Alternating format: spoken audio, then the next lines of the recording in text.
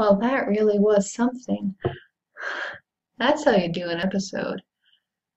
There's a lot to discuss here. I'm just like, where to begin? Guess episode 8, best one so far, really. Although I do feel that a lot of what I said about last week's episode doesn't quite hold anymore, which is weird. We got so much more insight into everyone pretty much, and it's great to see. I'm happy to be wrong. Where to begin? I guess first and foremost, I should address the fact that I misinterpreted some things. The big one being that Kikuhiko really does love Miyokichi. That the source of his distance from her is not so much personal discomfort or dislike, as it very well may have originally been, but him really trying to adhere to the expectations that others have of Rakugo performers, which is interesting. He cares more about Rakugo, of course, we've always known that, it's not surprising. But he really is just rejecting her because the masters do not approve of that sort of relationship with that sort of woman, and that if he really is going to be in a relationship at all, he needs to marry a proper woman. And honestly, in a way, this sort of makes a lot more sense. Kikuhiko has always been distant. He's always had something of a bitter demeanor. But this week and last, he's been incredibly harsh toward her, in a way that really is beyond his usual mannerisms. And there's usually something of an exasperation or a sarcasm behind what he does, like when he's interacting with Sukeruku. But with Miyokichi, it's almost aggressive at times, like when he walked in this week on her and Sukeruku hugging. I'll talk more about Sukeruku later. Got a lot to say. But for now, I just want to focus on this. Why is he really acting like this? Basically, he's steeling himself to break up with her, he says, even though he doesn't want to. He doesn't want to show her any kindness and keep her hopes up, so that the impending conversation it's coming soon. If nothing else, it doesn't come as a surprise to her. She sees it coming, and doing so might just make it a little bit easier. I'm not saying this is the best way to deal with it, it's definitely not, but it's how he is dealing with the issue. But still, you wonder if this is the right decision to push her aside because of work, and not just because of work, but simply because his superiors expect him to live up to a certain image. If he really does love her, I can't see him coming out of breaking up with her happily without regrets. He says that acting like this, he doesn't love her, that he's going to break up with her, is just one of his life's great lies. And in a show that has, in the past, focused so much on authenticity and being true to the person that you are, to the things that you cherish, this can't be a good thing. And so now we pretty much have tied into this personal conflict some questions about what Rakugo should be. And just the way that these two things tie into each other, it's brilliant. It's evident, as always, through how Kikuhiko and Sukeruku contrast and play up with each other. Just running theme throughout the show. Kikuhiko is proper, he is traditional, he always does as he is told. Anything that his masters ask of him, he'll just do it, be it in meeting responsibilities or turning away the woman he loves. He is, I guess you could say, they throw this analogy at Rakugo as it was. Sukeruku, on the other hand, is coarse. He performs just for the people and will defy tradition if it means appealing to people's ever-changing tastes. And his masters view him as disobedient and irresponsible, and even something of a burden. And of course, he is willing to defy them, be it in performing or in choosing to comfort and go after a woman that they deemed unfit for a performer of Rakugo. He is, I guess you could say, to continue that analogy, Rakugo as it could be in the future. But then, the two of them ask in this episode, is it even Rakugo? Even more in that case.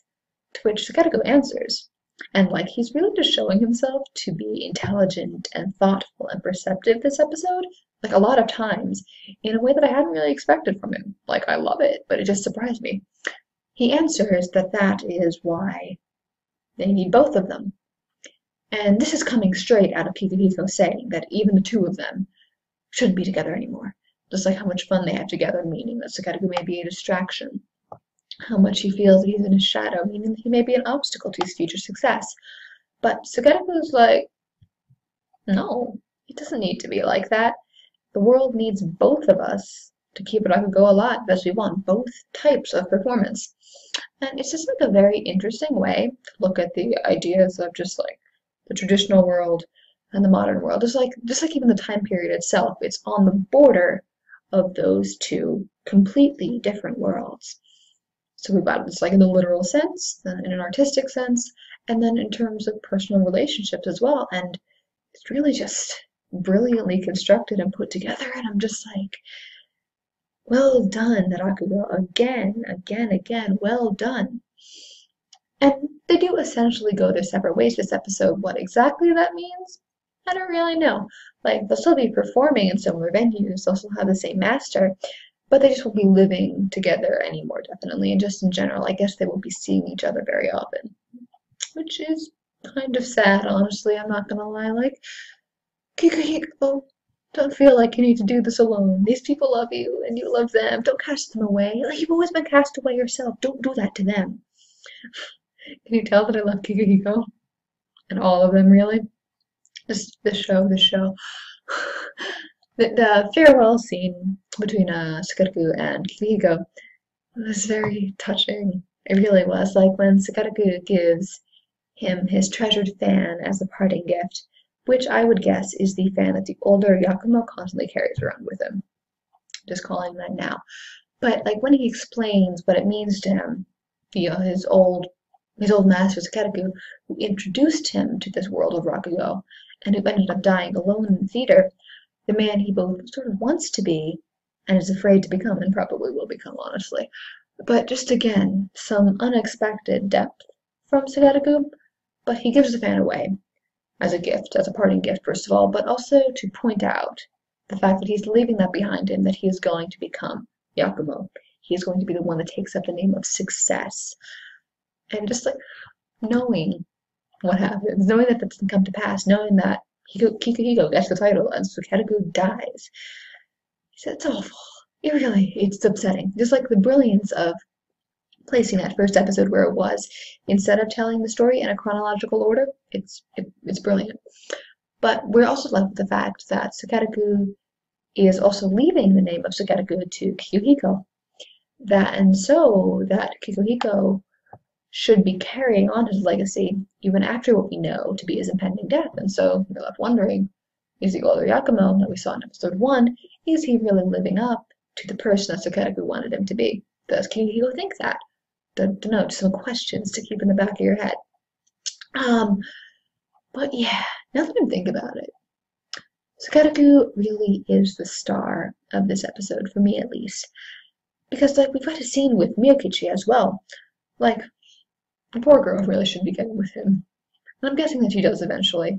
But like, even so, the fact that she and Kikuhiko will continue to actually love each other complicates things. But I don't want to think about that yet. Because the two of them would be great together, and in time we will have the real breakdown of the love triangle. But not yet. I've got to think about it. There was just like such an honesty and an easiness to their conversation that I haven't really noticed in her conversations with Kikuhiko. Like, they're talking about how only men can understand Rakugo, but how only women could understand why she'd be willing to put up with Rakugo, something that she dislikes, for the person that she loves. And it really is just like an interesting conversation between them, just like felt so natural. But also through it, you can see how sad her position is. Loving Kikuhiko really is doing a number on her. Like, you can see it even in her appearance. Like, she's still beautiful, obviously, but just like the way that she dresses, the way she styles her hair and does her makeup, she's just much more somber and not at all the playful, teasing woman that we met a few episodes back. But you also realize that that woman probably really wasn't much like the real Miyokichi to begin with, that she really was just putting on airs to woo men, as selling herself was really the only way that she could survive after having been abandoned. Abandoned probably like Hiko, which I think that these little parallels between their character might just in themselves be a potential source of attraction between the two. But never mind that. By her nature, she really just is this very sad and very broken, but still very strong woman.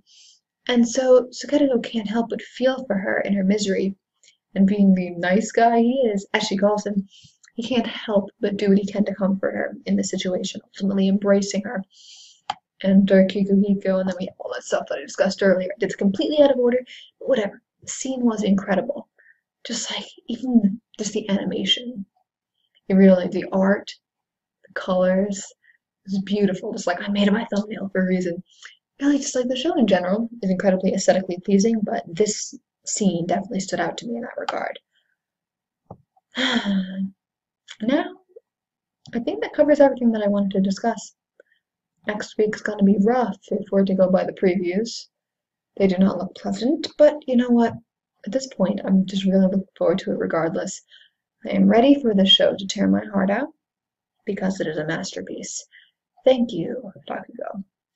And thank you all for watching. Don't forget to like, comment, and or subscribe. I would really appreciate it if you did.